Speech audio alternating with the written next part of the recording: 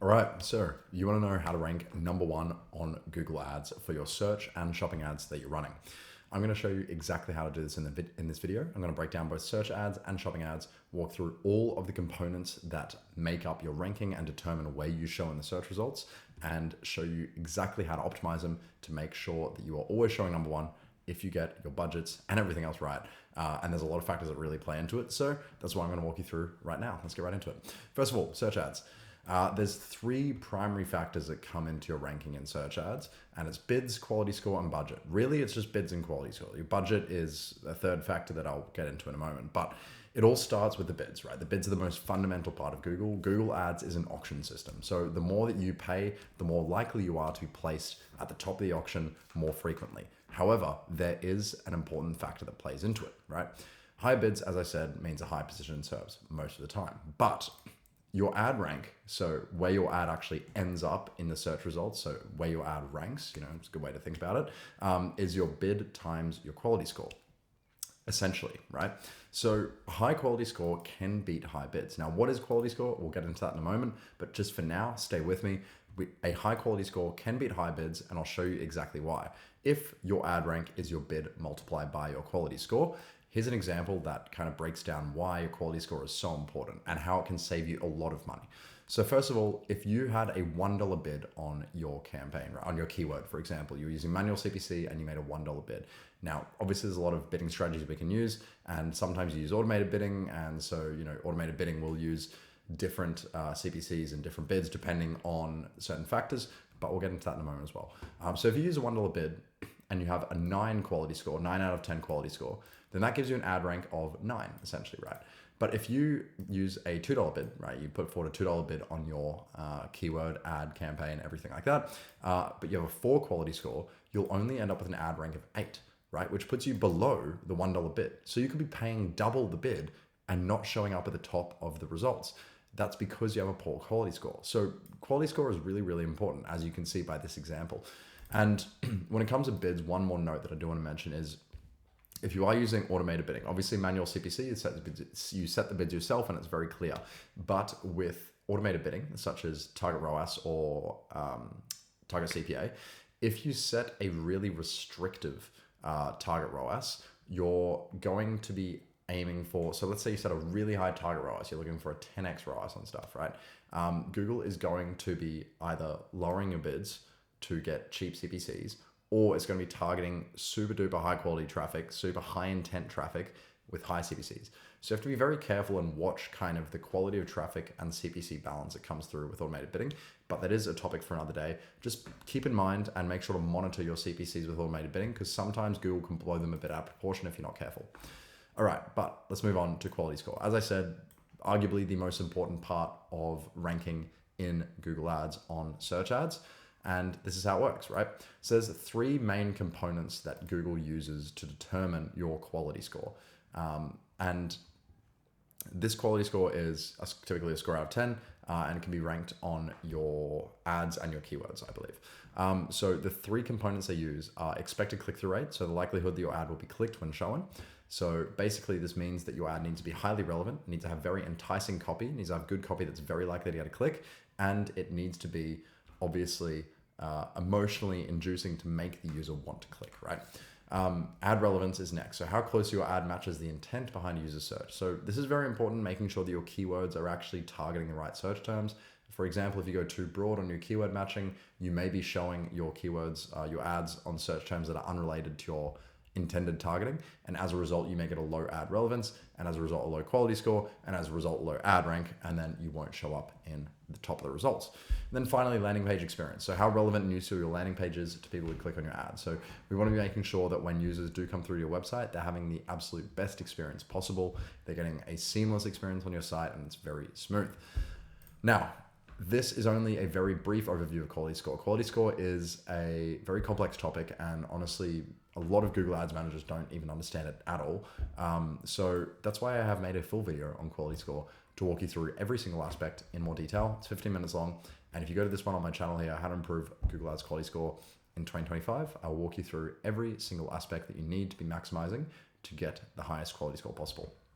Very, very important. Highly recommend it. I think if you watch this, You'll have a much better understanding of quality score, and you'll be able to optimize your positions for your search ads. Finally, the last aspect that comes into play here is budget. Now, budget is obviously a bit different because you could have a budget of 1/10 of your competitors, 1/100th of your competitors, and you can still show up in first place on the rankings if you have a high bid and a high quality score. However, you won't be showing up very frequently because you'll only be able to afford to pay for that click once a day maybe, or once a week if you have a really, really restricted budget, right? So if you have a high bid, it's going to mean that you can't pay for as many clicks within your budget. So the higher budget you have, it just means you have more frequent presentation at the top. So you'll still be, the top rank itself is determined by quality score and bids, but the frequency in the top rank is determined by your budget. So you need to make sure you do have a high budget if you want to be showing up in first place all the time. A good metric to get an idea of how many impressions you're losing as a result of a low budget is the search loss IS budget metric. This one here, for example, this is directly pulled from an account. This account had 50% search loss IS budget, which implies that they're losing 50% of potential impressions because their budget is too low. So what that means is you need to increase your budget and you could potentially get 50% more impressions. This isn't always accurate, by the way. Sometimes Google will tell you that you can't get any more impressions with budget raising, but you will still find that you do. So yeah, take this with a grain of salt, but it can be very, very helpful in these scenarios where you do have a very high search loss IS budget. It usually indicates that something needs to be done and you need to align a little bit better with your competitors. All right, next up, shopping ads. These are arguably more important, definitely more important for e-commerce brands, without doubt. Arguably more important as a whole when it comes to revenue generation. So there are 4 main factors in shopping ads when it comes to optimizing your positioning and making sure that you're showing up number 1 on the search results. And in a similar sense to our search components here, bids is the first one to focus on. High bids, high position in SERPs, but there's another caveat here, right? Once again, like the quality score caveat with search, the caveat here is GMC optimization, which determines whether you even show up in that search at all, right? So if your Google Merchant Center is not optimized, you're not going to even show up in the search in the first place. You're definitely not going to get the first rank, and Google is not going to think that your product is entirely relevant. You need to make sure that you're optimizing your Google Merchant Center. Now, how can you optimize your Google Merchant Center products, first of all? So optimizing the products is step 1. When you're optimizing your products, you want to make sure you are focusing on getting your title, images, description, and product data all completely accurate and filled out, right? So you want to complete absolutely everything you can within the products. And when you're completing it, you want to complete it all to a high standard with very accurate data. The title needs to include all relevant keywords, needs to include your benefits, needs to include any specific features as well that people might be looking for, breathable, mesh, anything like that, right? Images, you can split test between lifestyle images and just direct product images. You'll find that some perform better than others, and they get you a higher click-through rate. Description is really important for making sure that you are targeting the right people. You want to stuff your description with really relevant keywords to your product, because the more relevant keywords you have, the more likely you are to be matched to a search for your product. But of course, you want to keep the most relevant keywords in the title as well, because the title is also responsible for your targeting, but ultimately the user sees your title. So you need to make sure that when they do see the title, it's highly relevant to them. Product data, so this is all the extra stuff like your GTIN, your gender for the product, your age for the product, your color for the product, all these data points that Google will need. And the more you give it, the more chance you have of showing on the right search and showing up at the top of the rank because you have a highly optimized product. The ultimate goal here is to always be relevant, clear, and exemplifying your benefits. So relevance, clarity, and exemplifying benefits. And that's Google Merchant Center optimization in a nutshell is just these 3 things. You want every part of your product to be relevant to the customer, especially the title.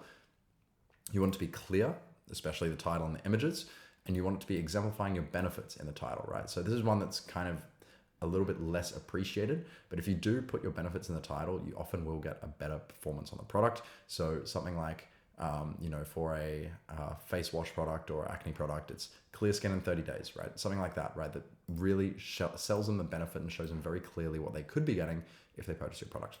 Now, once again, Google Merchant Center optimization is a very, very complex topic, and there's a lot more that I could say on it, but I am releasing this video tomorrow, I think.